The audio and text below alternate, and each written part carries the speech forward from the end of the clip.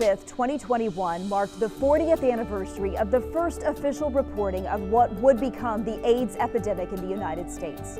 There's a growing tapestry that pays tribute to the lives lost to HIV/AIDS. A longtime San Francisco gay rights activist created the first panel for his friend in 1987. Cities across the country, many of those hit hardest by the HIV/AIDS crisis, shared their own quilt panels with the San Francisco workshop where the quilt was made. On October 11, 1987, the quilt went on display for the first time on the National Mall in Washington, D.C. during a national march on Washington for lesbian and gay rights. Together, more than 1,900 panels were larger than a football field. By 1992, the quilt had panels from all 50 states and 28 countries. In 2019, the National AIDS Memorial became the permanent caretaker of the quilt. Today, the AIDS Memorial Quilt is a 54-ton tapestry that includes more than 48,000 panels dedicated to more than 100,000 people.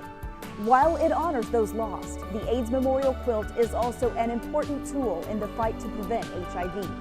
And that's your 60 seconds of pride.